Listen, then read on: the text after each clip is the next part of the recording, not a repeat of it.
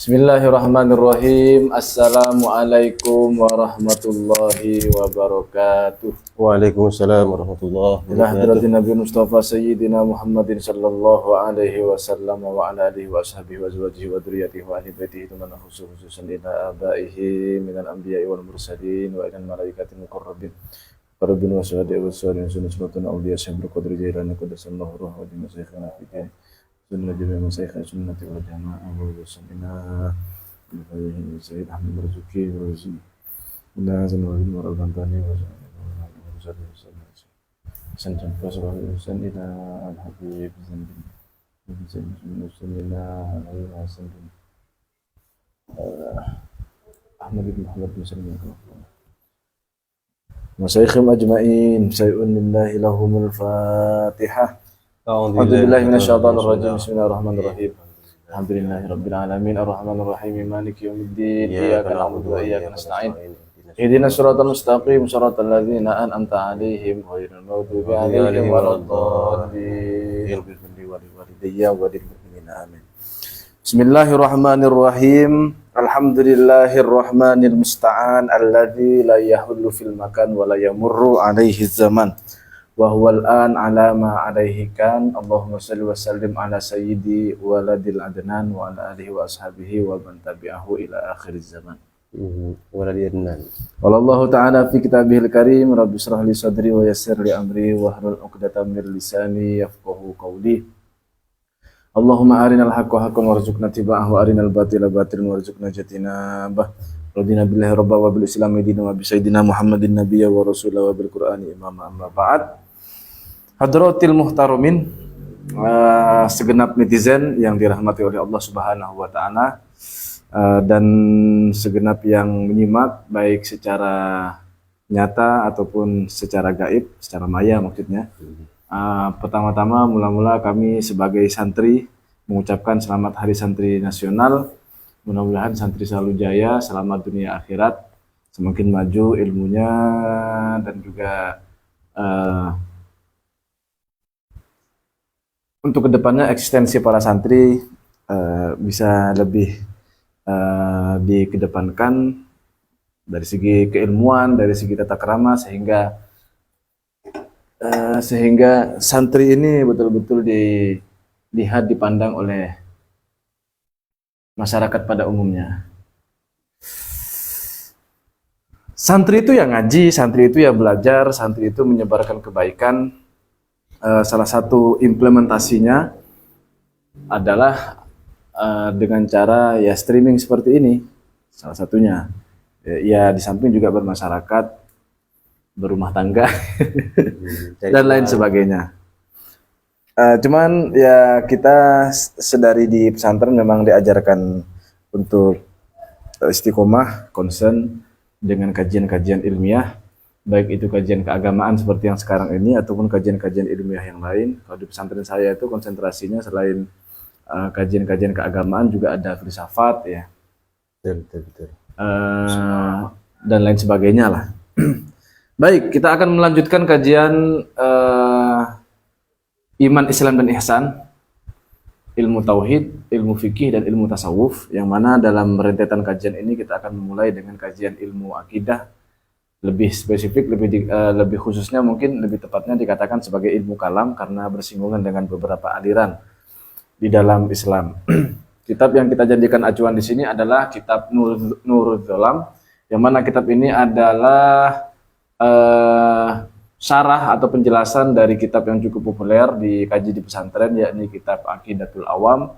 Aqidatul Awam ditulis oleh Syekh Marzuki, sedangkan syarahnya yang kita pegang ini yakni Nurul Dzolam ditulis oleh Syekh Nawawi bin Umar Al-Bantani, salah satu ulama kebanggaan asal Nusantara, asal Indonesia, khususnya dari Banten beliau ini. Kalau cetakan versi termahal yang saya punya, cetakan ini teman-teman semua, teman-teman mungkin punya bukunya, kitabnya di rumah, bisa dibuka halaman ke-53. Ini kita bahas di bait yang ke-9.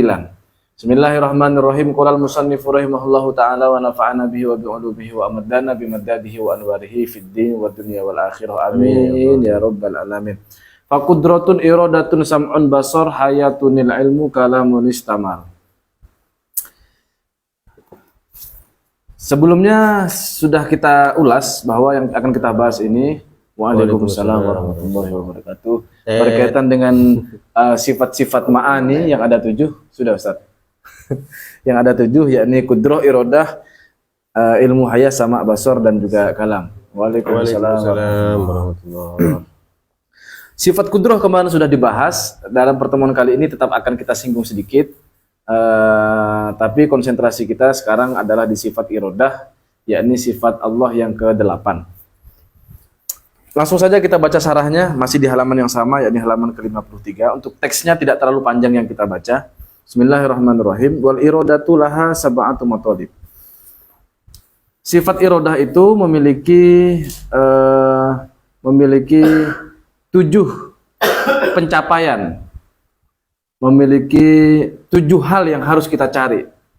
Ada 7 hal yang harus kita pelajari untuk dikatakan mengetahui akidah secara terperinci.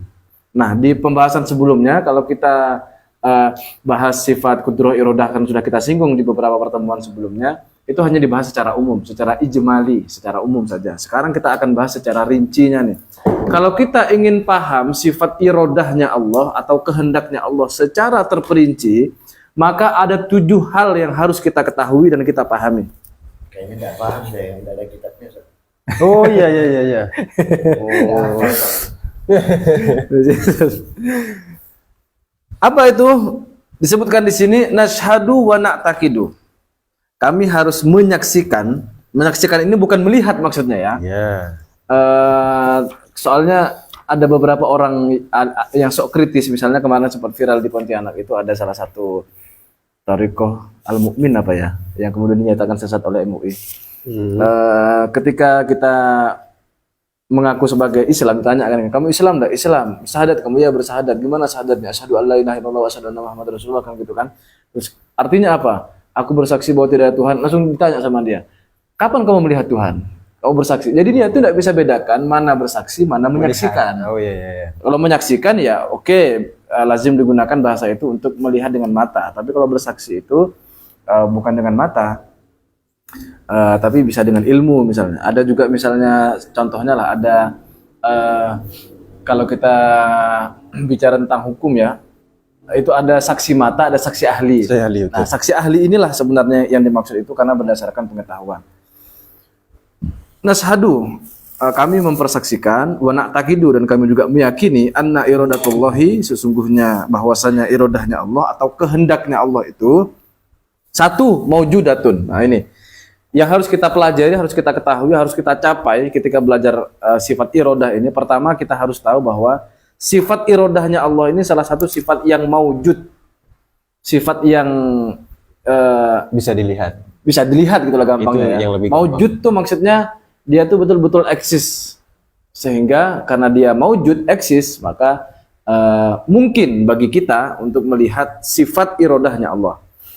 Itu sudah dibahas sebenarnya di beberapa pertemuan sebelumnya, jadi tidak terlalu kita jelaskan panjang dan lebar ya. Ya intinya begitu, disebut maujud. Makanya begini teman-teman, kalau belajar kitab-kitab yang agak tebal misalnya, atau agak yang tipis juga kadang disebutkan, ketika membahas sifat-sifat ma'ani, yang itu kudroh, irodah, ilmu hayas, sama basar dan kalam, biasanya disebutkan sifatun qa'imatun zaidatun, biasanya begitu. Nah, zaidah itu maknanya adalah sesuatu yang wujud secara bahasa, artinya setambahan. Tapi yang dimaksud tambahan di situ, sifat ma'ani ini, yakni 7 sifat tadi, kudroh, irodah, ilmu hayas, sama basar dan kalam. 7 sifat tersebut bukanlah zatnya Allah. Zatnya Allah itu berbeda dengan sifatnya Allah. Tapi sekalipun 2 hal itu adalah 2 hal yang berbeda, tapi dalam realitasnya, faktanya, keduanya itu tidak bisa dipisahkan. Ya kayak aku dan kamu gitu lah ya. Iya. Saya ingin tambahi sedikit terkait dengan maujud ini. Jadi nalarnya tuh gini kira-kira. Kenapa kok tadi dijelaskan bahwa maujud yang dimaksud itu adalah sifat yang bisa dilihat. Jadi sifat kudroh adalah sifat yang maujud, berarti dia adalah sifat yang bisa dilihat. Kenapa kok kesimpulannya itu ke sana? Karena begini, untuk melihat sesuatu, maka sesuatu tersebut syaratnya yang pertama yang harus dipenuhi adalah dia itu harus ada dulu. Oke. Jadi kalau kita melihat sesuatu, pertanyaannya sesuatu itu adalah ada, dia itu ada atau tidak? Nah, maka syarat pertama yang perlu kita pastikan adalah sesuatu yang kita lihat itu ada. Itu yang pertama. Terus yang kedua, kayak semisal kudroh, irodah, ilmu, hayat, dan seterusnya, itu apakah sifat yang ada atau tidak? Oh, ternyata 7 sifat ma'ani, kudroh sampai kalam adalah sifat yang ada. Ada dalam arti dia itu nyata.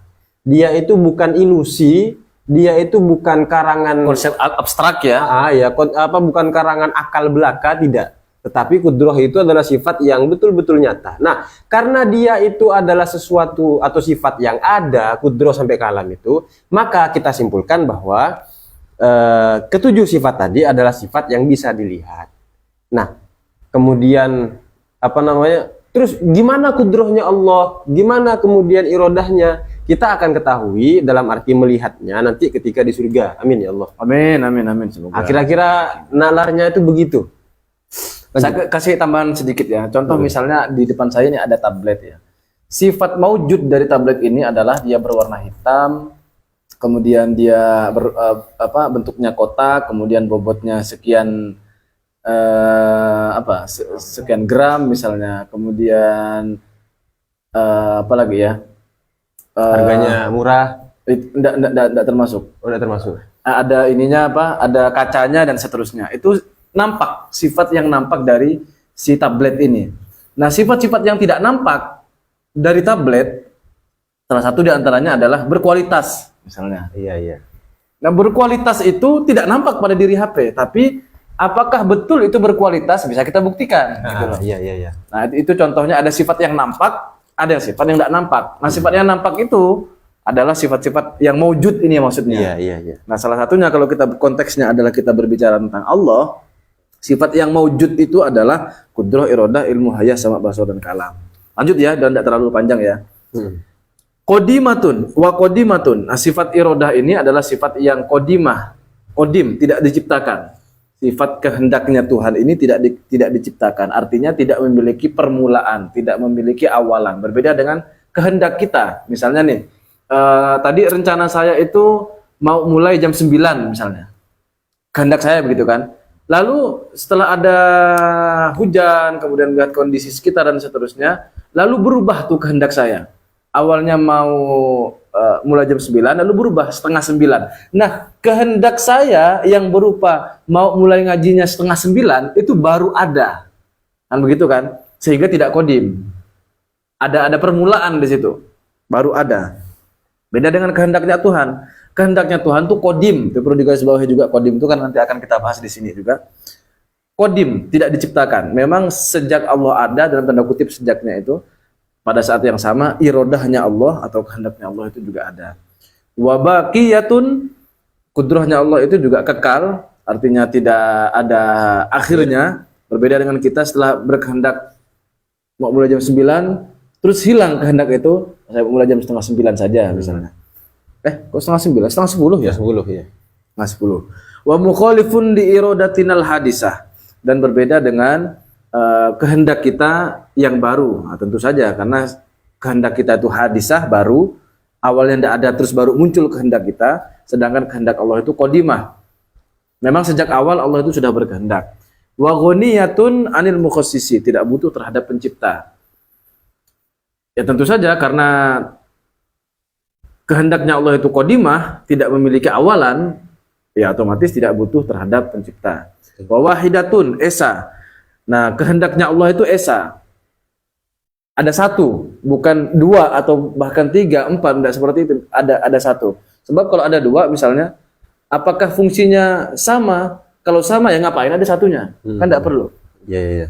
Tapi kalau berbeda, misalnya ini berfungsi untuk menghendaki kebaikan, ini berfungsi untuk menghendaki keburukan. Pertanyaannya, apakah sifat irodah, kehendak yang hanya menghendaki kebaikan ini bisa menghendaki keburukan? Kalau dikatakan bisa, ya berarti ngapain ada ini? Kehendak satunya. Kalau dikatakan tidak bisa, berarti irodahnya ini irodah yang terbatas, irodah hadisah itu, terbatas sekali kehendaknya. Nah, sehingga bisa disimpulkan bahwa kehendaknya Allah itu, kehendaknya Tuhan itu harus satu. Nah, kita akan fokus ke pembahasan yang ini nih. Wa ammatu ta'alluqi bi jami'il mumkinat. Dan umumnya ta'alluq atau mengetahui secara general, secara umum, mengetahui secara keseluruhan ta'alluqnya sifat irodah ini dengan segala sesuatu yang mungkin. Jadi kalau ditanya kehendaknya Allah itu apakah punya ta'alluq, punya hubungan? Ya. Apa objeknya? Objeknya adalah segala sesuatu yang mungkin, bahasa Arabnya, jamaknya mungkinat. Bahasa Indonesianya itu mungkin pakai eng. Ya. Oke, itu yang akan kita bahas sekarang adalah tentang ta'alluq. Bahasa Arabnya seperti itu, artinya ta'alluq ini hubungan, bahasa ilmiahnya relasi. Nah, ini di sini saya sudah buatkan skema, teman-teman. Supaya lebih mudah. Jadi di sini sudah saya tulis kehendaknya Allah nih. Di sini ada kehendak. Kita bahas kehendaknya Allah itu ada fungsinya, wazifah, ada objeknya, kemudian ada ta'alluqnya atau hubungannya. Fungsinya sifat kehendak itu apa? Fungsinya adalah untuk menetapkan, taksis, menetapkan sesuatu atau memilih sesuatu ya bahasanya tadi, atau mengkhususkan sesuatu. Dari banyaknya kemungkinan yang akan terjadi di dunia ini, Allah hanya memutuskan satu saja. Contoh, sebelum saya lahir, ada banyak kemungkinan terkait diri saya. Misalnya, apakah Adnan itu akan terlahir menjadi seorang laki-laki, atau seorang perempuan, atau seorang khuntha bahkan misalnya. Atau lebih ekstrim lagi, mungkin atau tidak, seandainya kalau Tuhan mau, Tuhan menciptakan saya sebagai seseorang yang memiliki kelamin 10 misalnya. Wow. 5 laki-laki, 5 perempuan dari satu tubuh yang sama. Mungkin enggak? Mungkin itu. Jadi ada banyak sekali kemungkinan. Kita sebut saja 4 tadi itu. Nah, dari adanya 4 kemungkinan ini, lalu Allah tuh memilih satu. Yang dipilih adalah saya terlahir menjadi seorang laki-laki. Nah, kemudian sebelum saya terlahir ada banyak kemungkinan. Bisa saja Allah itu menghendaki saya lahir di Indonesia, Singkawang misalnya. Bisa juga Allah itu menghendaki saya untuk lahir di Jawa misalnya, ataupun di Amerika, ataupun di Arab Saudi, atau di Australia. Itu semuanya sangat mungkin Tuhan lakukan. Tapi dari banyaknya kemungkinan itu, Allah itu hanya memilih satu saja. Itu yang dimaksud fungsinya. Jadi kehendak Allah itu fungsinya adalah menetapkan dari banyaknya kemungkinan-kemungkinan itu. Tuh fungsinya. Sekarang kehendaknya Allah kita bahas dari objeknya. Apa objek yang dikehendaki Allah itu? Sesuatu yang Allah kehendaki itu apa? Apakah sesuatu yang wajib menurut akal, mustahil menurut akal, atau sesuatu yang mungkin menurut akal? Nah, ternyata kehendaknya Allah ini, objek yang dikuasai adalah sesuatu yang mungkin. Saya terus di sini mungkinat. Segala objek yang menurut penilaian akal kita adalah mungkin statusnya, maka itulah objek-objek yang Allah kuasai. Loh, kok seolah-olah kuasa Tuhan terbatas kan gitu kan ya? Tidak, sekali lagi itu sudah kita bahas di pertemuan yang lalu tentang sifat kudroh. Jadi, kehendaknya Allah itu tidak terbatas karena objek dari sesuatu yang mungkin ini tidak ada batas, ada banyak sekali, tidak terbatas. Jangan kita terkecoh dengan term atau kalimat yang saya ucapkan bahwa kehendaknya Allah ini tidak memiliki hubungan objeknya ini dengan sesuatu yang wajib atau mustahil. Jangan terkecoh dengan itu. Soalnya sudah kita jelaskan di pertemuan yang lalu, silahkan dicek sendirilah apa alasannya kenapa kok seperti itu. Jadi pada intinya, objek yang Allah kehendaki itu adalah perkara mumkinat, hal-hal yang dinilai oleh akal sebagai objek yang mungkin menurut akal. Ini kaitannya dengan hukum akal ya. Teman-teman bisa pahami dulu hukum akal kalau belum mengerti istilah ini. Berikutnya adalah kehendak Allah itu memiliki hubungan, yakni relasi atau ta'alluq bahasanya di sini. Nah, ini yang akan kita bahas sekarang nih, yang kita fokuskan nih. Jadi, yang dikehendaki oleh Allah itu objeknya adalah yang mungkin. Nah, ketika kehendaknya Allah itu berhubungan, berelasi, berta'alluq dengan sesuatu yang mungkin, maka ada dua macamnya ta'alluq itu. Yang pertama disebut sebagai suluhi kodim, yang kedua disebut sebagai tanjizi kodim. Suluhi itu artinya pantas ya, kodim artinya terdahulu, tidak diciptakan. Tadi sudah kita singgung masalah kodim itu. Jadi begini maksudnya. Faktanya sekarang saya terlahir sebagai seorang laki-laki. Faktanya kan begitu. Lalu misalnya nih ada orang yang bertanya, apakah ketika Adnan ini terlahir sebagai seorang laki-laki itu menunjukkan bahwa Allah itu tidak mampu untuk menghendaki saya menjadi seorang perempuan? Misalnya ada yang bertanya seperti itu. Jawabannya mampu. Allah itu bisa saja berkehendak seperti itu. Cuman kehendak itu tidak Allah pilih. Nah, adanya potensi dan itu memungkinkan Allah itu memilih seandainya saya dilahirkan menjadi seorang perempuan, itulah yang disebut sebagai suluhi kodim. Itu suluhi pantas, kodim itu terdahulu. Jadi keinginan kehendak Allah itu sebenarnya sudah ada ke sana, cuman yang Allah pilih adalah saya terlahir menjadi seorang laki-laki. Itu yang disebut sebagai suluhi kodim. Sekarang ini ada kajian di sini. Mungkin enggak kalau Allah itu berkehendak pengajian ini gagal gara-gara hujan misalnya?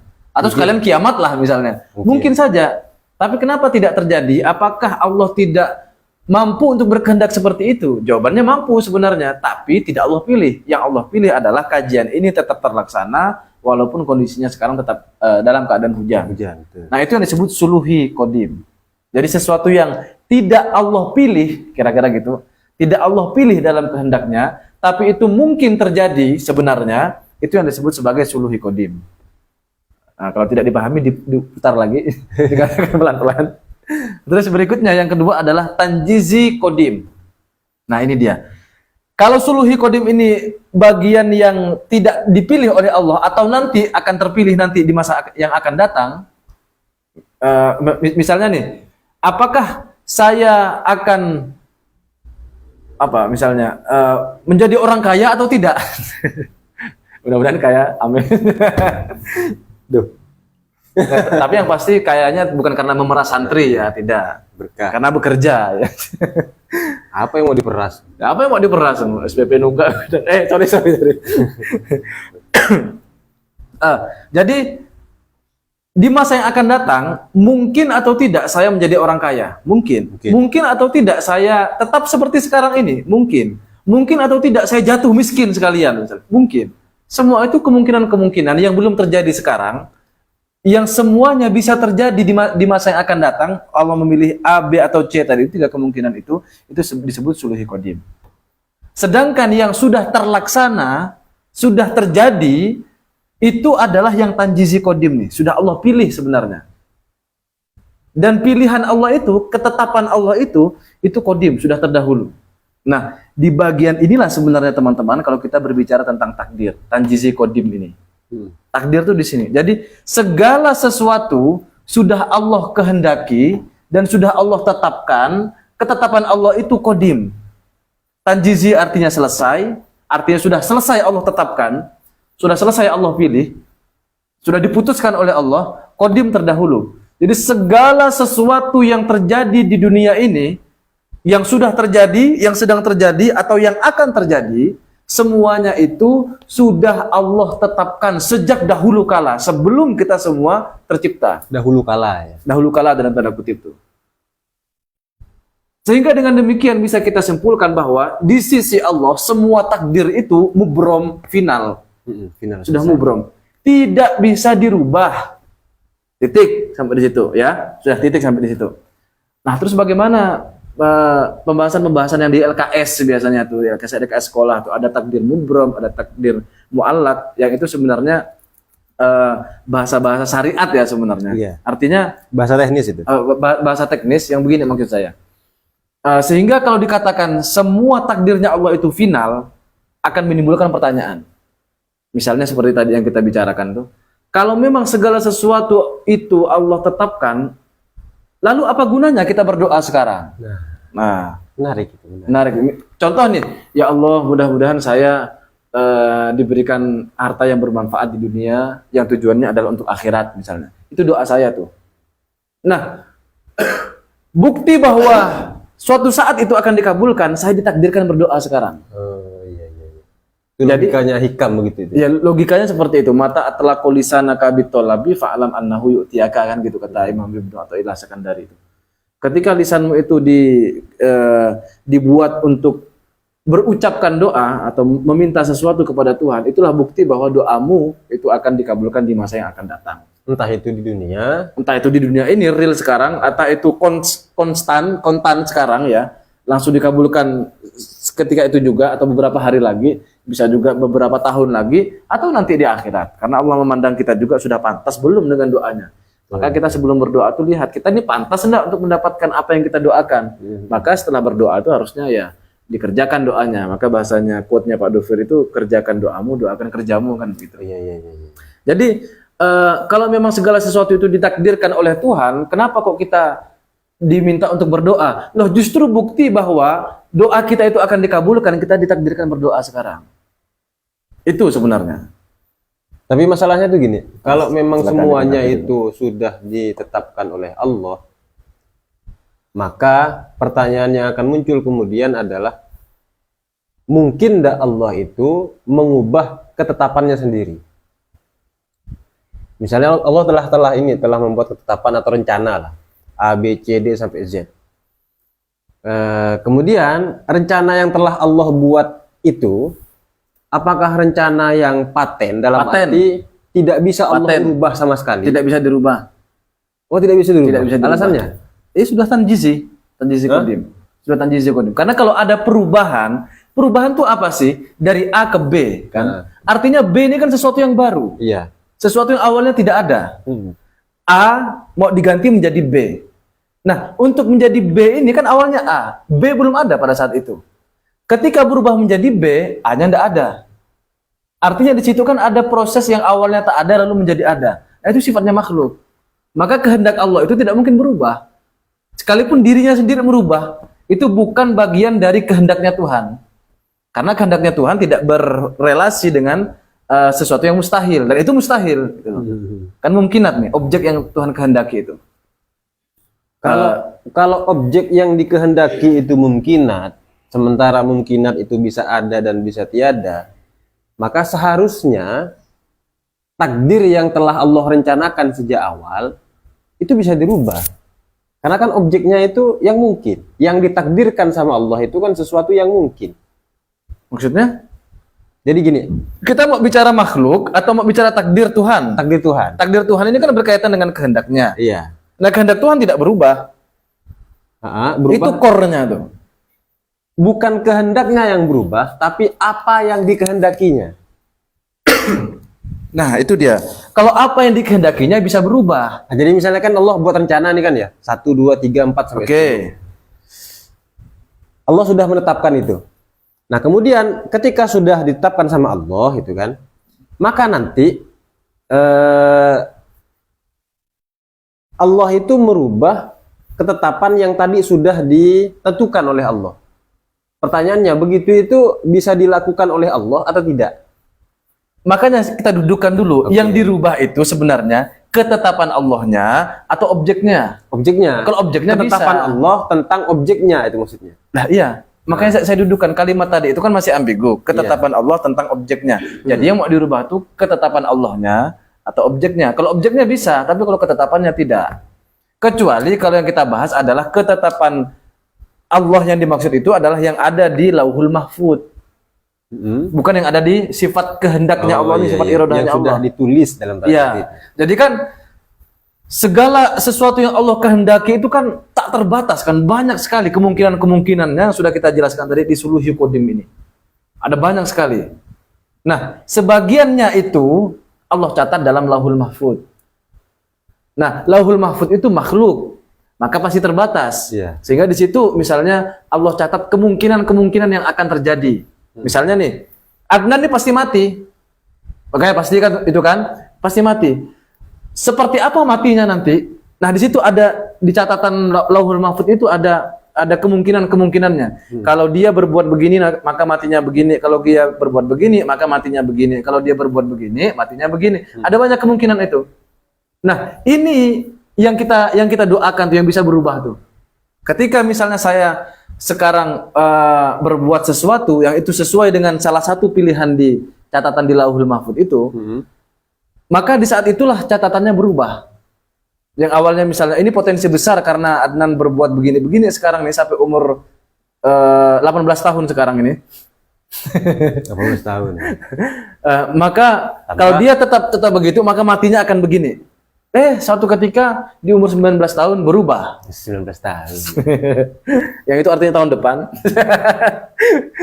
Maka catatan itu berubah. Nah, yang berubah itu ada di Lauhul Mahfud, yang menerima perubahan. Karena perubahan itu makhluk. Lauhul Mahfud itu makhluk. Sedangkan kehendak Tuhan yang kita bicarakan dalam sifat Allah ini itu tidak mungkin berubah. Kehendaknya yang tidak mungkin berubah. Iya, kehendaknya. Nah, yang di dalam Lauhul Mahfud itulah yang bisa dirubah itu yang disebut sebagai takdir mu'allaq. Yang bergantung, tergantung kondisi kita sekarang ini. Kalau dia kehendak yang tidak bisa dirubah itu maksudnya gimana? Apakah awalnya berkehendak kemudian tidak berkehendak? Yang Anda maksud tadi itu? selalu berkehendak Tuhan tuh. Nah, ya. Jadi yang dimaksud dengan kehendak Allah tidak bisa dirubah, maksudnya itu apa? Maksudnya gimana? Tadi kan dikatakan bahwa kehendak Allah itu tidak bisa dirubah. Ya. Maksud dari kalimat itu tuh gimana pemahamannya? Karena kalau kehendak Allah itu berubah itu makhluk. Sifatnya makhluk. Berubah itu. Berarti sifat irodahnya yang dimaksud. Sifat irodahnya yang dimaksud. Yang dimaksud apa? Kehendak tadi itu. Jadi kehendak Allah tidak bisa dirubah. Ya.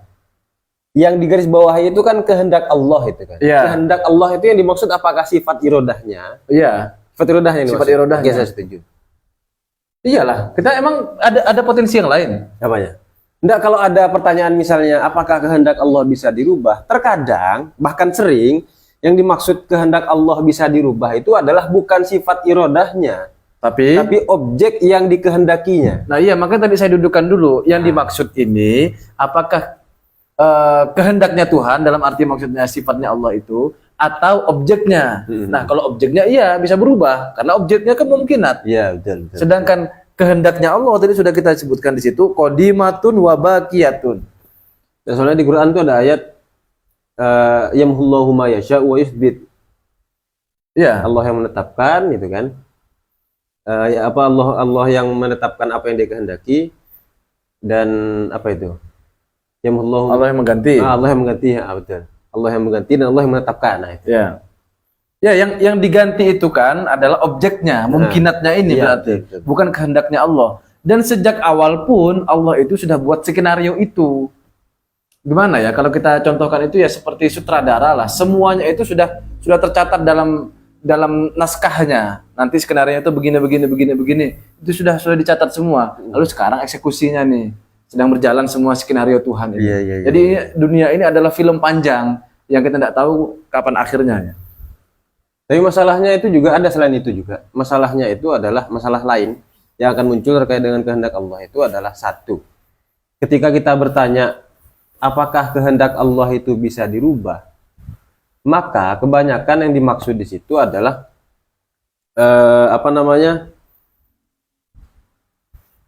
kehendak tersebut dirubah oleh kita. Maka jawabannya jelas tidak bisa itu kan. Ya. Terus yang kedua terkait dengan kehendak juga. Apakah kehendak Allah itu bisa dirubah Oleh Allah sendiri. oleh Allah sendiri itu kan? Maka jawabannya bisa tadi itu kan ya. Kalau yang dimaksud objeknya bisa. Objeknya, ya betul, objeknya itu. Terus yang ketiga, seolah-olah dari pertanyaan tersebut kita itu tahu bahwa takdir kita akan dirubah. Nah, itu dia, itu problem tuh. Ada asumsi itu. Misalnya kan sebagaimana ceramah yang sering kita dengar itu, kalau kita bertetangga atau kita bersedekah misalnya, maka boleh jadi Allah itu menunda misalnya kematian si A.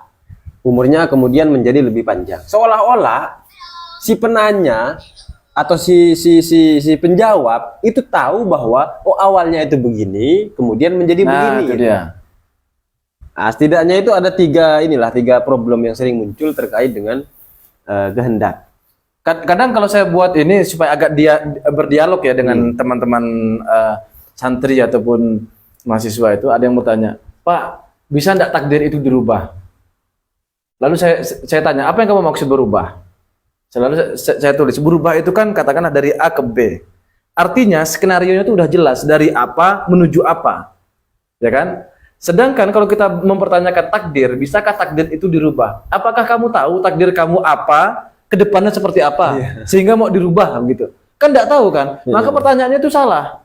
Ketika dia bertanya, apakah takdir bisa dirubah? Itu ada muatan seolah-olah dia itu sudah paham alur takdirnya, maka dia mau berubah. Padahal tidak begitu kan? Faktanya kita tidak mengetahui alur takdir kita itu seperti apa.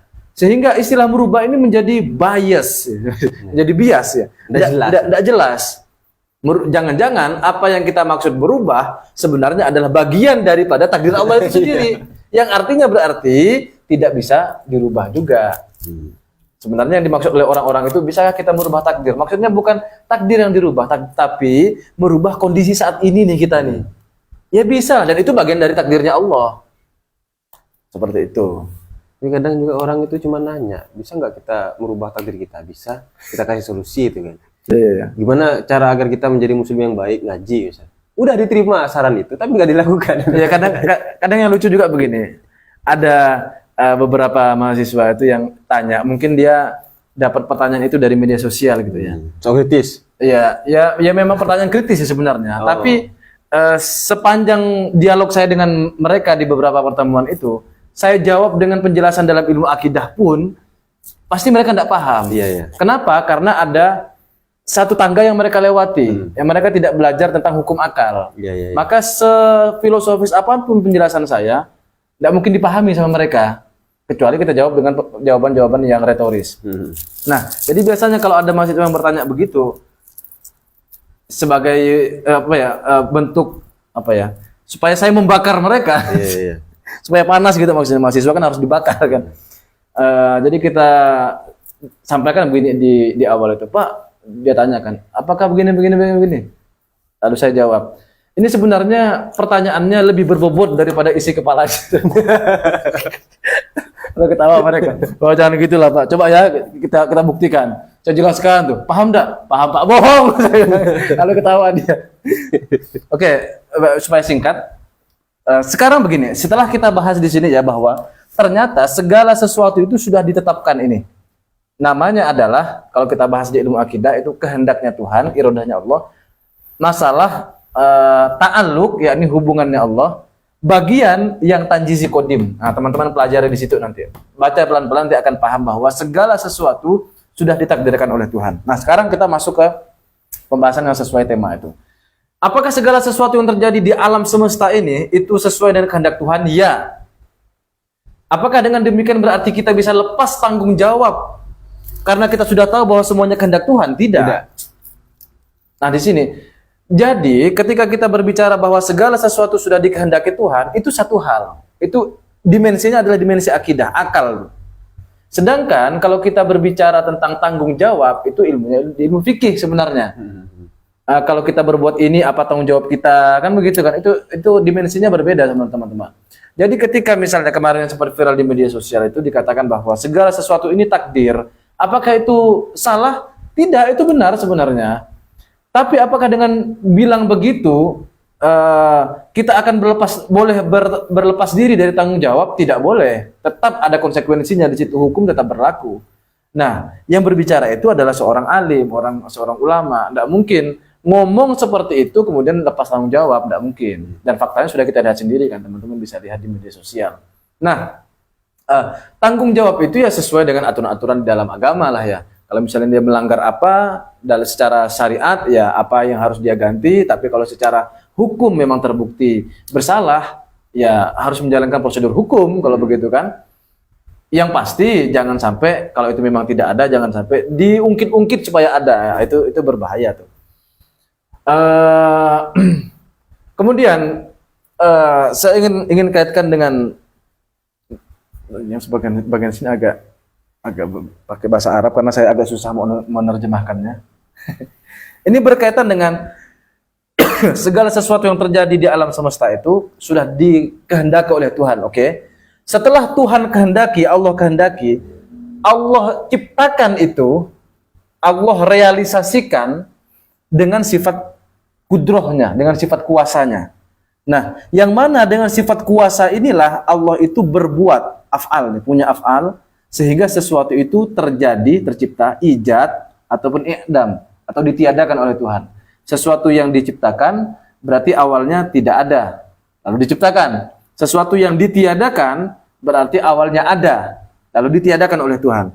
Nah, yang bisa membuat sesuatu menjadi tercipta ada, atau membuat sesuatu menjadi tidak ada, itu hanyalah Allah dengan sifat kudrohnya yang sesuai dengan kehendaknya. Apa yang Allah lakukan itu disebut af'al. Nah, hubungan antara kudrohnya Allah, kuasanya Allah ini dengan sesuatu yang sudah tercipta ataupun sesuatu yang ditiadakan oleh Allah itu disebut ta'alluq. Kemarin sudah kita bahas nih, ta'alluqnya kudroh itu ada yang ada yang suluhi kodim, kemudian ada tanjizi hadis, ada ta'alluq qabdah. Sudah kita bahas. Sedangkan objek yang Allah ciptakan atau Allah tiadakan ini itu disebut ta'thir, dampak. Nah, berbeda dengan kita makhluk nih kita nih. Makhluk itu kuasanya atau kudrohnya disebut kudroh hadisah atau kuasa yang baru. Ini berbeda sama sekali dengan kuasanya Allah.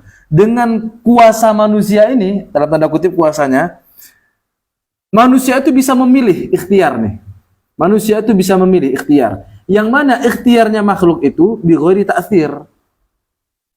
Tidak bisa menciptakan, tidak bisa berdampak apapun. Misalnya nih, saya sekarang sedang mengangkat tangan nih. Nah, mengangkat tangan ini kan, saya sebagai makhluk, ini kan dengan kuasa saya, dengan kudroh hadisah. Nah, saya mengangkat tangan ini atas dasar pilihan saya, ikhtiar nih. Ikhtiar. Nah, sebenarnya ketika tangan ini terangkat, bukan saya yang mengangkat, karena aktivitas mengangkat ini bukanlah hasil daripada perbuatan saya. Itu sebenarnya adalah perbuatan Allah yang bersamaan dengan saya ingin mengangkat tangan, Allah angkat tangan saya itu sebenarnya. Bodoh amat itu paham atau enggak? Yang penting saya kan sudah jelaskan. Nanti coba itu di pelan-pelan. Kita makan nih, lalu kenyang. Bukan makanan yang membuat kita kenyang, tapi Allah. Nah, bersamaan dengan kita makan, saat itulah Allah menciptakan rasa kenyang dalam perut kita. Makhluk di sini nasi misalnya. Kudroh hadisah, jelas benda mati tidak punya ya. Kalau benda mati. Kita lah misalnya makan. Lalu rasa kenyang itu bukan muncul gara-gara nasi, tapi muncul gara-gara Allah, karena yang bisa memberi ta'thir atau dampak, baik itu ijad, penciptaan kenyang dalam hal ini, ataupun menghilangkan lapar, itu adalah Allah. Bukan nasi itu sendiri. Karena yang punya af'al tersebut, yang bisa menciptakan kenyang ataupun meniadakan lapar, itu hanyalah Allah. Sedangkan apa yang kita lakukan ini disebut sebagai kasab, usaha saja. Nah, di sini kasab ini yang akan kita bahas ada hubungannya dengan kehendak. Jadi kasab itu sebenarnya adalah disebutkan dalam kitab Tuhfatul Murid itu ringkas sekali. Yang disebut kasab itu sebenarnya ini nih, ta'alluq, hubungan antara kudroh hadisah dengan sesuatu yang lain. Nih, hubungannya inilah yang disebut sebagai kasab. Gara-gara ada kasab inilah, maka kita memiliki tanggung jawab. Oke. Gara-gara ada kasab inilah kita memiliki tanggung jawab. Kasarnya beginilah, gampangnya. Core of the core-nya adalah begini, teman-teman. Kita berbuat apapun, itu semua takdir Allah. Kehendak tuh, takdirnya Allah. Apa yang sudah Allah kehendaki, Allah lakukan, sekarang terjadi nih. Jadi semua yang kita lakukan sekarang ini bisa terjadi karena Allah yang menciptakan, termasuk gerak tangan saya, ucapan saya, ini semuanya kuasa Allah semua yang ciptakan. Nah, kalau memang itu semua kehendak Allah, apakah tidak ada tanggung jawab? Ada tanggung jawab karena kita punya kasab. Gampangnya adalah karena kita yang bersentuhan langsung dengan aktivitas itu. Misalnya kita ibadah di sholat. Sesungguhnya kita bisa melaksanakan aktivitas bernama sholat, ibadah bernama sholat itu kekuatan Allah. Mulai dari kita berwudu, melangkahkan kaki ke masjid, sampai mengangkat tangan, mengucapkan takbiratul ihram, itu semua adalah kekuatan Allah dan itu sudah Allah takdirkan. Nah, kalau memang itu semua modalnya dari Allah, lalu kenapa kita diberi pahala gara-gara ibadah? Ya karena kita yang punya kasab. Maksudnya kita yang melakukan kasab itu, kita yang bersentuhan langsung dengan perbuatan itu. Demikian pula sebaliknya, kalau kita melakukan perkara yang buruk misalnya. Itu semua tetap dipertanggungjawabkan di akhirat nanti. Maka kita ini memiliki taklif dan kita disebut sebagai orang yang mukallaf. Nah, begitulah kira-kira. Ya mudah-mudahan dipahami lah. Saya sudah berusaha, sudah effort, sudah saya berikan skema yang mudah. Mudah-mudahan dipahami. Nanti kalau tidak dipahami bisa tanya di kolom komentar. Mungkin itu yang bisa saya sampaikan. Jadi kehendaknya Allah itu Allah ciptakan, kemudian Allah realisasikan, Allah wujudkan dengan sifat kudrohnya. Nah, segala sesuatu itu Allah perbuat sehingga menjadi ada ataupun tiada, sedangkan makhluk tidak bisa membuat itu. Makhluk itu hanya berkasab saja, hanya punya usaha saja.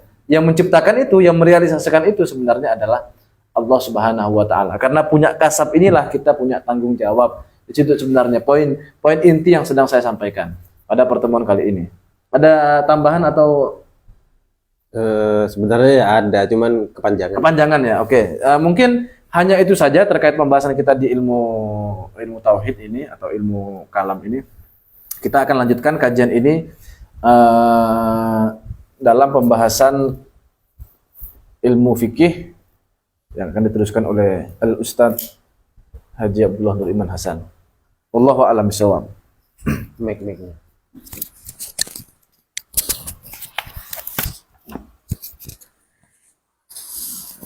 Bismillahirrahmanirrahim.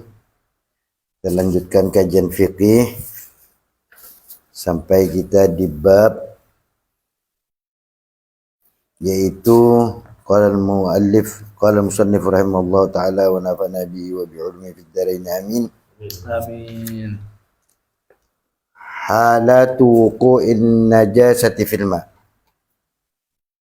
yaitu di bagian yang ketiga dari 3 bagian air. Yang pertama akan ulang suci dan mensucikan, yang kedua suci tapi tidak bisa mensucikan, dan yang ketiga ini terakhir adalah air yang najis atau yang terkena najis, disebut dengan istilah air mutanajjis. Halatu wuqu'in najasati fil ma, kondisi keadaan jatuhnya barang najis di dalam air itu ada beberapa contoh. 1, idza kana al-ma'u qalilan dunal kullatain yatanajjasu mutlaqan bi mujarrati wuqu'in najasati fihi wa illam yataghayyar.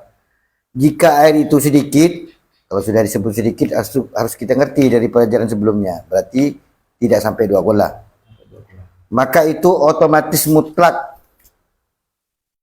menjadi najis dengan jatuhnya barang najis ke dalam air tersebut walaupun tidak berubah. Jadi kalau ada air sedikit kejatuh najis itu mutlak najis walaupun tidak berubah. Sebenarnya menurut saya itu wa illam yataghayyar ini tidak perlu disebut, dengan yatanajasu mutlakun itu sudah mutlak. Ya, itu mau berubah mau enggak itu mutlak. iya. Ya. Takut tidak paham orang-orang itu kali. Nah, yang nomor 2, idza kana al-ma'u katsiran, bagaimana sekarang kalau jika air itu katsiran, tentunya harus kita paham air banyak itu mencapai 2 qullah dan lebih. Fala yatanajjasu illa idza taghayyara launuhu aw ta'muhu aw rihuhu walau taghayyuran yasiran. Kalau itu air banyak kejatuhan najis, maka itu tidak menjadi najis kecuali berubah salah satu sifat. Perlu kita tegaskan salah satu sifat air itu yaitu rasa, bau, warna. Itu kalau disebut sifat air itu apa? Yaitu cuman rasa, bau, warna. Maka air yang banyak jika kejatuhan najis itu tidak menjadi najis kecuali kalau salah satu sifat air itu berubah, maka itu menjadi najis.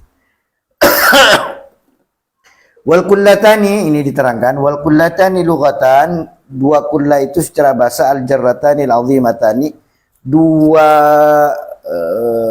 bak atau 2 tangki atau 2 tempat air yang besar, sehingga orang Arab menyebutnya kullatain, 2 tempat yang besar gitu intinya. Wa syar'an, secara syariat, ma waznuhu khams, yaitu air yang ukurannya itu 500 ritil Baghdadi. Ini ukuran Baghdad, ulama Baghdad. Atau 575 ritlan tarimian, menurut ulama tarim 565. Kalau menurut Baghdad, ulama Baghdad 500, ulama tarim 565. Wabil maqayisil hadisati, adapun dengan ukuran-ukuran yang yang masa kini, yang terkini, kontemporer, bahasa apa itu? Ilmiah. Bahasa ilmiah. Menurut ukuran kontemporer al-hadisati itu 217 literan takriban, kira-kira 217. Makanya saya agak bingung dengan sampean kemarin. 516 ya? 216. Ya, saya lihat di buku punya pesantren apa itu, jadi sudah dirumuskan. Ada daftarnya di bagian awal itu. Saya juga lihat itu 206. Itu kan kira-kira tuh Ustaz. Kira-kira. Mungkin karena kira-kira itu bisa juga 516. 217 liter kira-kira itu wahwa mayusawi asyrat tangkat. Itu sama dengan 10 tang. 10 tangki. Kama qala ba'dhum, jadi 217 itu kalau dipakai tang itu 10 tangki. Kama qala ba'dhum, sebagaimana ulama mereka berkata, sebagian ulama berkata wal kullatani asyratun min tanang minat tanak. Dua kulla itu adalah 10 tangki. Kaza ata tahriruhu bi ghairi syak. Begitulah datang penetapannya tanpa ragu. Jadi saya ulangi lagi bahwa kalau kita melihat air itu sedikit kejatuhan najis, itu mutlak najis. Tapi kalau banyak, tidak najis kecuali berubah salah satu sifatnya. Itu poinnya, hanya 2 poin. Kemudian dijelaskan di sini bahwa 2 kulla itu yang umum kira-kira 200 liter kalau pakai liter. Kalau pakai tangki atau tempat air itu 10 tang secara syarat. Wallahu alam bisawab, kiranya dapat kita pahami bersama. Moga-moga ini menjadi pelajaran bagi kita sebenarnya. Amin ya rabbal alamin. Wallahu alam bisawab. Kita lanjutkan dengan kajian tasawuf yang disampaikan oleh Ustaz Adnan Faqih. Sudah 51 menit nih. Mungkin saya bacanya agak cepat ya teman-teman. Kita akan lanjutkan nih pembahasan kitab Minhajul Abidin karya Imam Abu Hamid Al-Ghazali, Sang Hujjatul Islam. Karena saya pegang ini kitab sarahnya, yakni Sirajut Thalibin, cetakan DKI Darul Kutub Al-Ilmiyah. Teman-teman mungkin kalau punya bisa dibuka halaman 113. Bismillahirrahmanirrahim. Qala al-musannifu rahimahullahu ta'ala wa nafa'ana bihi wa bi ulumihi wa amadana bi maddadihi wa anwarihi fid dharain. Amin. Tsummal jumlatul amr. Ini sekarang kesimpulannya sebenarnya yang kita bahas ini. Kesimpulan secara umum dari perkara yang sudah kita bahas semuanya itu, annaka idza nadzarta fi dalaili sun'illahi azza wajal.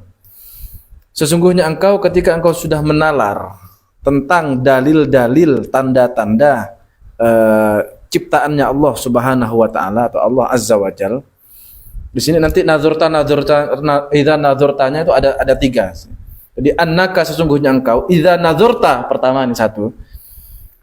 Ketika engkau sudah menalar tentang dalil-dalil ciptaannya Allah azza wajal, wa am antan nazar, dan engkau kemudian merenung insafi dari pada apa yang sudah engkau nalar itu. Jadi kita tidak hanya berpikir, tidak hanya menalar, tapi juga kita merenungi dan menginsafi. Artinya tidak hanya berpikir keluar, tapi juga kita meresapi ke dalam.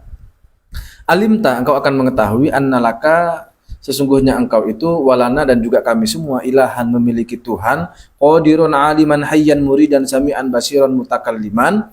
Kita memiliki Tuhan yang berkuasa, mengetahui, hidup, berkehendak, mendengar, melihat, dan juga berbicara. Munazzahan an hudu sil kalami, tersucikan dari kebaruan kalam. Jadi kalamnya Allah atau firmannya Allah itu tersucikan dari perkara yang hudus, yang baru, tidak seperti ucapan kita. Kalau ucapan kita, kalam kita, komunikasi kita itu punya awalan, punya akhiran, itu makhluk tuh. Tapi kalau kalamnya Allah tidak demikian.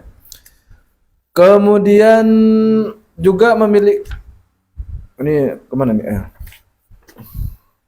Munazzahan, mana tadi? Munazzahan an hudutsil kalami wal ilmi wal iradati. Demikian juga dengan ilmunya Allah dan juga kehendaknya Allah. Ilmunya Allah dan kehendaknya Allah tersucikan dari sifat-sifat kebaruan, dari sifat-sifatnya makhluk. Maksudnya berarti ilmu Allah tidak memiliki awalan, demikian juga kehendaknya Allah yang sudah kita bahas dalam ilmu tauhid barusan itu. Muqaddasan an naqsin wa afatin, dan juga tersucikan Allah itu dari segala macam ketidaksempurnaan dan juga kecacatan. La yusufu bi sifatil muhdisin. Allah Subhanahu wa taala itu tidak disifati dengan sifat-sifatnya makhluk. Nah, kalau disebut kata muhdis atau hadis, sesuatu yang baru, menggunakan kata hadis, itu kan makhluk sebenarnya. Ada perbedaan penyebutan antara makhluk dengan hadis. Ya sama-sama makhluk sebenarnya, cuman bedanya adalah kalau hadis itu boleh jadi dia belum ada sekarang. Sedangkan kalau makhluk itu sudah ada, dia sudah tercipta. Kalau hadis itu belum tentu tercipta. Contohnya seperti naga, kan faktanya sampai sekarang belum betul-betul ada kan. Tapi walaupun naga itu belum betul-betul ada, kita tahu bahwa naga itu memiliki sifat-sifat kebaruan. Maka naga itu disebut sebagai hadis karena belum tercipta, belum betul-betul ada. Tapi kalau ternyata dia betul-betul ada, maka baru sah disebut sebagai makhluk. Itu bedanya. Wala yajuzu alaihi ma yajuzu alal makhlukin. Tidak boleh bagi Allah Ta'ala itu disifati dengan sifat-sifatnya makhluk. Wala yajuzu alaihi, bagi Allah mas perkara yajuzu yang boleh alal makhlukin. Wala yusbihu syai'an min khalqihi.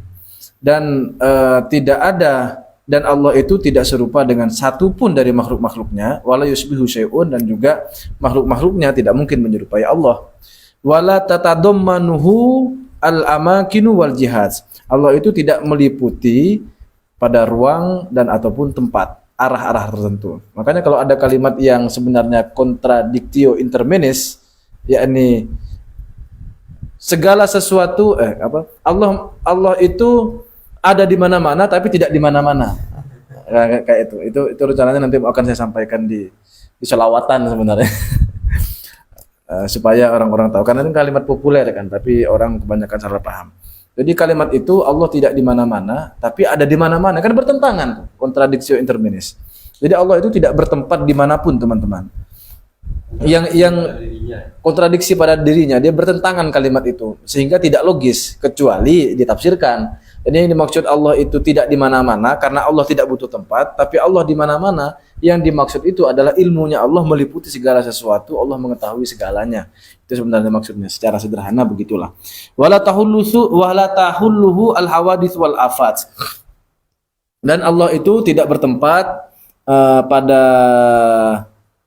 hawadis, pada makhluk, dan juga segala macam keburukan.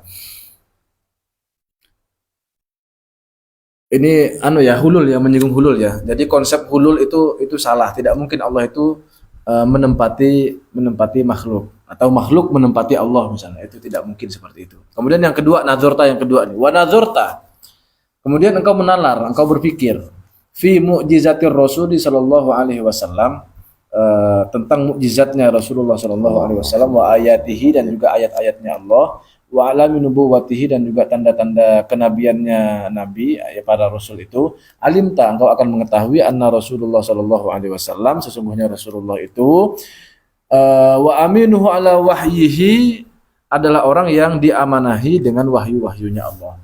Wa makan as-salafus soleh, dan engkau juga akan mengetahui dengan menalar tentang mukjizatnya para Rasul itu, bahwa para salaf, generasi salafus soleh, yakni generasi sahabat, tabi'in, dan juga tabi'un tabi'in, ya'taqidunahu, para ulama salafun soleh itu, mereka semua itu berkeyakinan, memegang teguh pada akidah min anna Allah Ta'ala, sesungguhnya Allah Subhanahu wa Ta'ala itu yura fil akhirah, itu mungkin untuk dilihat atau bisa dilihat di akhirat nanti. Bukan berarti Allahnya ada di akhirat ya, tapi kita yang ada di akhirat nanti mungkin untuk melihat Allah Subhanahu wa Ta'ala, bukan perkara yang mustahil.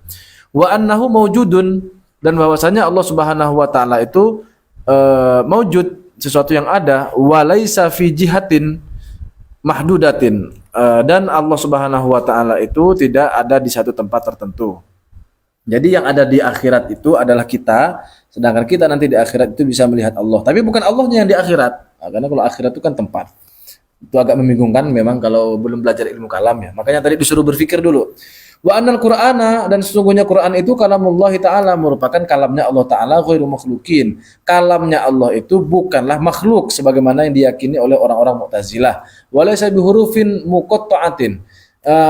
Al-Quran itu bukanlah huruf-huruf, Al-Quran yang sesungguhnya yang merupakan kalamnya Allah itu bukanlah huruf-huruf yang terpotong-potong seperti alif lam mim, alif lam ra, yasin, kaf ha ya ain shad. Itu kan dibaca terputus-putus, terpotong-potong. Nah, bukan seperti itu sebenarnya hakikatnya Quran yang kalamnya Allah itu. Wala aswatin, dan juga Quran itu kalamnya Allah itu pada hakikatnya bukanlah suara. Idlau kana kadzalik, karena kalau seandainya demikian, yakni kalam yang Quran yang berupa kalamnya Allah itu berupa huruf ataupun berupa suara, lakana min jumlatil makhluqat, maka dengan demikian konsekuensinya yang akan terjadi adalah kalamnya Allah merupakan makhluk. Wa annahu la yakunu fil mulki wal malakut, dan tidak ada sesuatu yang terjadi di alamul mulki wal malakut ini, di dunia ataupun di akhirat. Alamul mulki ini yang dimaksud alamus sufla, dunia ini, sedangkan wal malakut, alam malakut itu artinya alamul ulwi kalau saya lihat di sarahnya ini, yakni alam yang lebih tinggi. Tidak mungkin sesuatu yang terjadi di dunia, di akhirat, di alam zahir, di alam batin, semuanya itu tidak mungkin terjadi faltatu khatirin wala laftatu nadhirin. Tidak mungkin juga besitan hati yang ada dalam pikiran kita ataupun gerak hati kita itu, tidak mungkin itu semua terjadi illa biqadaillahi ta'ala, kecuali dengan ketentuan Allah Ta'ala. Jadi semua yang terjadi di alam mulki wal malakut, alam nyata tak nyata, dunia akhirat, alam yang zahir, alam yang batin, atau bahkan pikiran kita, gerak hati kita, itu semua pasti atas kodoknya Allah Ta'ala, ketentuannya, ketetapannya Allah Ta'ala. Sudah kita bahas di ilmu tauhid itu. Wa qadarihi, dan juga kuasanya Allah, sudah kita bahas juga. Wa iradatihi, dan juga sesuai dengan kehendaknya Allah. Wa masyiatihi, dan juga masyiahnya atau kehendaknya Allah. Faminhu, termasuk daripada kehendaknya Allah itu al khairu wasyarru. Ini sebenarnya agak panjang nih kalau mau kita bahas, dan seru juga. Termasuk daripada kehendaknya Allah itu adalah kebaikan dan keburukan. Wa naf'u wa durru, manfaat dan juga kemudaratan. Wal iman wal kufru, keimanan dan juga kekafiran. Semuanya itu adalah bagian dari kehendaknya Allah Subhanahu wa taala. Mungkin nanti kita bisa diskusikan di luar streaming ya. Wa annahu la wajiba 'ala Allah taala li ahadin min khalqihi, dan tidak ada satupun kewajiban bagi Allah Subhanahu wa taala pada satu makhluk pun. Jadi Allah tidak punya kewajiban apapun kepada makhluk, karena Allah itu raja di rajanya. Allah tidak punya kewajiban, misalnya apakah setiap orang yang taat kepada Allah itu pasti masuk ke surga? Artinya Allah punya kewajiban untuk memasukkan kepada surga orang yang sudah beribadah itu. Tidak ada kewajiban itu Allah. Terserah Allah semuanya. Allah memasukkan ke surga, alhamdulillah. Kalau tidak, ya itu sudah bagian dari skenario terbaiknya Tuhan. Maka di sini disebutkan, faman atsabahu, barang siapa yang diberikan pahala, fabifadlihi, maka itu dengan itu pasti karena fadlnya Allah, pasti karena anugerahnya Allah. Wa man aqabahu fabi adlihi, barang siapa yang diberikan siksa oleh Allah Subhanahu wa taala, itu karena adilnya Allah. Jadi segala sesuatu yang kita peroleh, kebaikan-kebaikan itu bukan karena kita layak sebenarnya, itu karena Allah memberikan fadl, kita diberikan anugerah oleh Allah. Sedangkan segala keburukan yang terjadi kepada kita itu adilnya Allah. Wa ma warada ala lisani sahibi syar'i, dan setiap ajaran yang telah datang kepada kita dari lisannya Nabi Muhammad sallallahu alaihi wasallam, sini shalawatullahi wasallamu alaihi, min umuril akhirah, tentang perkara-perkara akhirat, kal hasyri wa nasr wa adabil kubur wa adabil qabri ya, wa su'ali munkarin wa nakirin, yakni seperti perkara-perkara akhirat, yakni padang mahsyar ya, kemudian azab di kuburan, kemudian pertanyaan-pertanyaan mungkar dan nakir, wal mizani wasirat, kemudian nanti ada yaumul mizan, yaumus sirat. Fahadhihi usulun, ini semua adalah pokok-pokok daraja as-salafus shalihu ridwanullah alaihim ajmain, yang mana itu semua pokok-pokok agama yang sudah kita bahas, kita sebutkan barusan, itu semua itulah yang dijalankan oleh para ulama salafun sholeh ridwanullahi alaihim. Semoga Allah Subhanahu wa taala meridhoi mereka semua ajmain secara keseluruhan. Ala atiqadiha, terhadap keyakinan tersebut, wa tamassuki biha, dan juga berpegang teguh terhadap hal tersebut. Wa waqa'a 'alaiha, dan berpegang juga kepada hal tersebut siapa? Al-ijma'u, secara ijma' ya. Ijma' ulama itu sudah berpegang teguh dengan keyakinan-keyakinan atau akidah yang sudah kita sebutkan tadi itu, qabla tanawu'il bid'ah, sebelum munculnya beraneka macam bid'ah-bid'ah. Sebelum datang Khawarij, Murji'ah, Mu'tazilah, itu sebenarnya para ulama sudah berpegang teguh dengan apa yang sudah diajarkan oleh para rasul itu. Wa dzuril ahwa, dan juga tampaknya guru gembul. Maksudnya tampaknya kesesatan.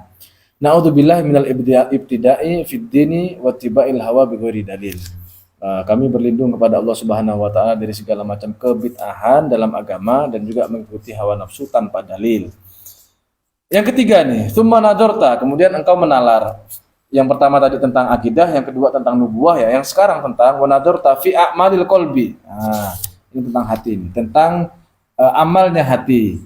Wal mawajibil batinah, dan perkara-perkara yang diwajibkan secara batin, wal manahi, dan juga sesuatu yang dilarang. Allati ta'ti fi hadzal kitab, yang mana nanti akan dijelaskan di dalam kitab ini, liyahsulalaka ilmuhu, agar ilmu itu berhasil atau agar ilmu itu tepat sasaran. Ini sekali lagi menegaskan Imam Ghazali itu ingin amalkan ilmumu dan ilmukan amalmu, kira-kira begitu. Kalau kita sudah punya ilmu, tinggal amalkan. Kalau kita mau beramal, ya berdiri ilmu.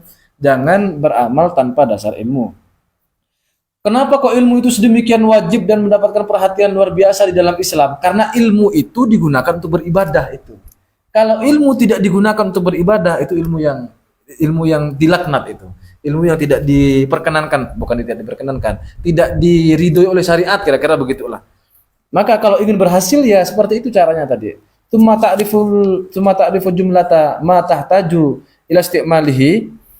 Kemudian engkau juga harus mengetahui berbagai macam ilmu yang dibutuhkan untuk kepentingan syariat atau amaliyah syariat. Contohnya seperti at-thaharati was-sholati was-shaumi wa nahwihi. Contohnya seperti toharoh, bersuci, sholat, puasa, dan selainnya.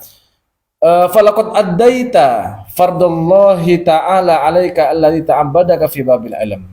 Sudah ada fa'in fa'altan? Fa'in fa'altan tadi. Enggak ada. Enggak ada. Terus. Gimana kalimatnya di situ? Itu di mana? Sebelum atau sesudah? Sebelum Falakot. Sebelum fakot adaita. Oh ya, berarti apa? Gimana tadi kalimatnya di situ?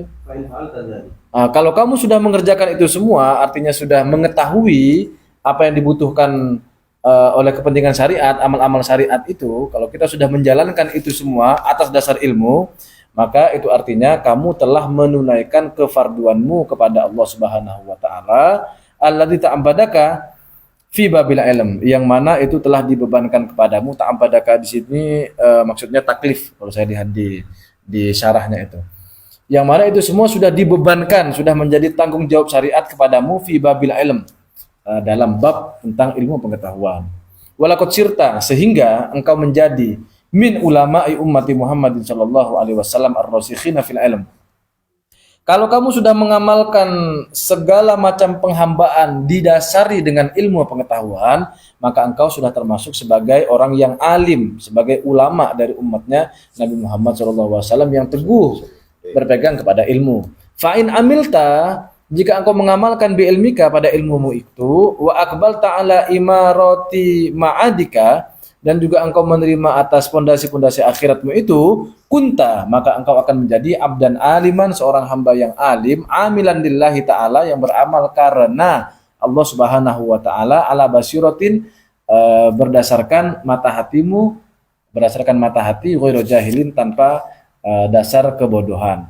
Kalau kita sudah mengamalkan segala sesuatu dengan ilmu dan juga itu semua kita terima atas dasar pondasi akhirat kita jadikan pondasi akhirat, maka kita betul-betul sudah menjadi hambanya Allah yang mengamalkan ilmu dan juga mengilmukan amal karena Allah Ta'ala atas dasar mata hati kita, bukan karena kebodohannya.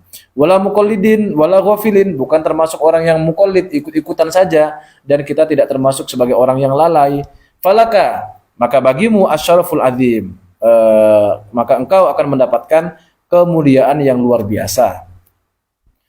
Wali ilmika, dan karena pengetahuanmu itu, kira-kira begitu, al-qimatu, kamu akan mendapatkan value, mendapatkan nilai, al-kabiratu yang besar, wathawabun juga pahala, al-jazili yang berlimpah. Ganda, pakai G, jangan pakai J. Wa kunta, sehingga ada engkau itu kotokta, telah tuntas, telah memutus hadhil akobah, menempuh jalur akobatul ilm. Kalau kamu sudah melakukan itu semua, menempuh jalur ilmu, ya ilmunya kemudian diamalkan, semua kewajiban sudah dijalankan, maka engkau sudah tuntas menempuh akobatul ilm. Wa khallaftaha wara'aka, dan engkau sudah naik level, sudah meninggalkan akobah ilmu itu ada di belakangmu. Sudah naik level ini, beranjak sudah kita, naik ke level berikutnya. Wa qadaita haqqaha biidznillah taala, dan engkau sudah menunaikan hak-hak daripada akubatul ilm tadi dengan izin Allah Subhanahu wa taala. Wallahu subhanahu, Allah Subhanahu wa taala itu maha suci, mas'ulun.